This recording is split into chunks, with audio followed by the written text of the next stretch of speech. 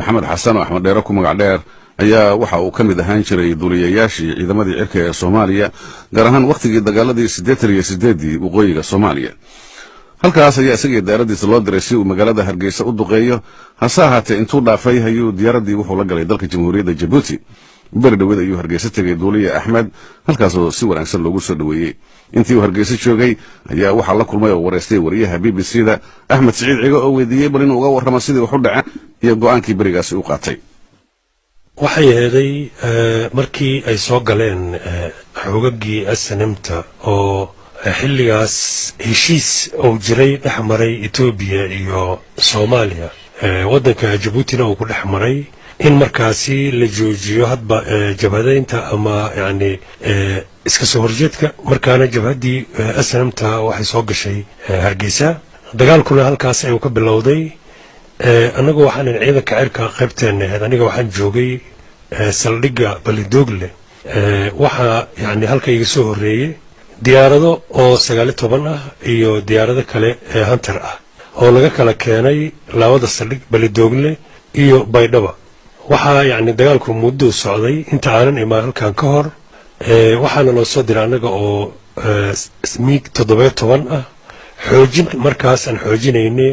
ciidamadii cirka halkaas joogay iyo kuwii dhulkaba. marka waxaan ku soo beernay waqti dambe oo markaas aniga aan joogay muddo maalin iyo maalin barkeed ah, amba maalin iyo laba habeen baan iraahdo. marka dagaalkaasi wuxuu arinta kala socday xagga intaan joogaba waan la socday sida wax u dhacayaan. wuxuuna ahaa yani dagaal nasiib darro ah oo aad iyo aad yani ummadda yani markaas walaalaha ah ee Soomaalida ah ay murugo badan ku haysay. qaarkoodna aan kala hadli jiray hadba sida markaas suuragalka ay u tahay inay ka qayb qaataan iyagoo ciidamadii xoogga dalka Soomaaliya ah inay dagaal dalkoodii ama dadkoodii ay ku qaadaan oo markaas dadka ay daafici lahaayeen ay markaas ay laftigoodii dagaal ku qaadaan. waxayna yani aad iyo aad in qaarkood uga xumaayeen,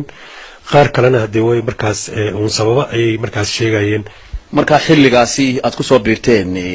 diyaaradaha MiG 17ka mid kamid adigu aad waday markaasi waqtigee bay ahayd? waxaynu ogeyn in 1988 bishii May ay dhamaadkeedii halkan dagaalada ay ka qarxeen. waxaan ku soo biirnay 1988 bishii July, aan filayo 10kii July inay ahayd. markaasna waxaan ka soo kicitanay magaalada Muqdisho anagoo markaas gaalkacyo dalka qaadanay. kadibna waxaan nimid Hargeysa. maalin ayaan joogay, marka habeenka waan hoyday, maalintii baan joognay. maalintaas waxaa jiray adiga diyaar garow oo markaas loo diyaar garoobayo bambooyinkii iyo qalabkii kale. waxaa maalintaas iyadana sidoo kale aniga diyaaradeeda aan fariisiiyey oo markaas aheeday cilado iyo inay jiraan. markaana maalintii dambe waxaa loo diyaar garoobay duqayntii iyo dagaalkii, waana maalintaas aan qiyaasayo inay ahayd 13kii amba 12kii aan idhaahdee in aan markaas bishii July 88kii bishii July 88kii marka imisa diyaaradood baa hedeen MiG 17 ku soo biiray diyaaradihii hore ee MiG 19 iyo kuwii Hunter-ka ee iyagana Baydhabo laga keenay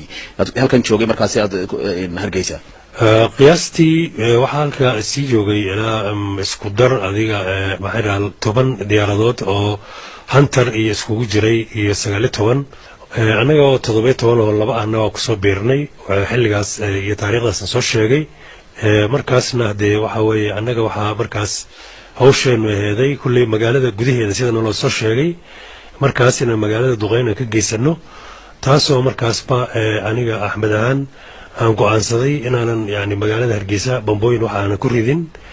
iyadoo markaas ay ila muuqatay qof kastoo meer leh Soomaaliya sida ay ula muuqato oo ah in dalkaygii ama yani shacabkaygii aan markaas bambooyin ku rido. markaas sida darteedna waan ka tagay oo waxaan u baxay xagga iyo dalka Djibouti. halkaasna waxa weeye si markaas wanaagsan ayaan kala kulmay runtii. oo marka diyaaradaadii maalintii 13kii bishii July 88kii markii aad duushay lagu amray adigoo ka kacay diyaaradda daroonka baad ka kacday Soomaha Hargeysa iyo magaalada markaad aad duqeynaysay ayaa dabeetana Djibouti aad diyaaradii u duulisay. garoonka Hargeysa ayaan ka kacnay annagoo laba diyaaradood markaas waxda waxaan markaasna ahaa hadafkeena ama yani mishinkana la siiyay inaan duqeyno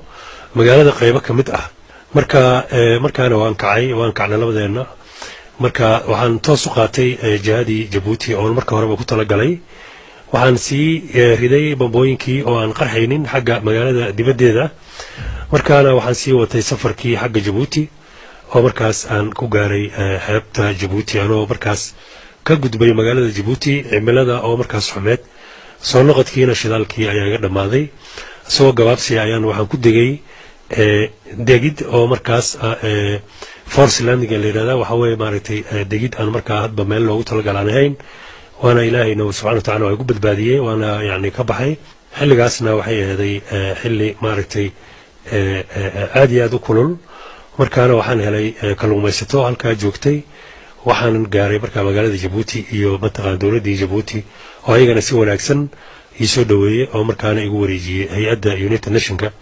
oo ayagana markaas dalka hadda aan joogo ii qaaday waa dalka waa joogtaa ku nooshahay hadda waxaan ku noolahay wadanka Luxembourg oo ah wadan aad u yar oo kamid ah Yurub oo ah wadan yani runtii ah wadan muxaafid ah waana ku nabad qabnaa aniga carruurteeduna halkaas ayaan deganahay Ahmed markaa sidee baad u arkaysay markaasi amarka lagu siiyay diiday waa amar military miyanahay inaad fuliso markaasi xaq ku kale inaad diido amarkii madaxda sare markaasi dawladda Soomaaliya ay ku amartay inaad fuliso hadee waxa way amarku waxa marka hore ka horeeya amarka inuu waafaqsan yahay waxaan u dhaartay waxaan aniga u dhaartay oo aan ciidamada u galay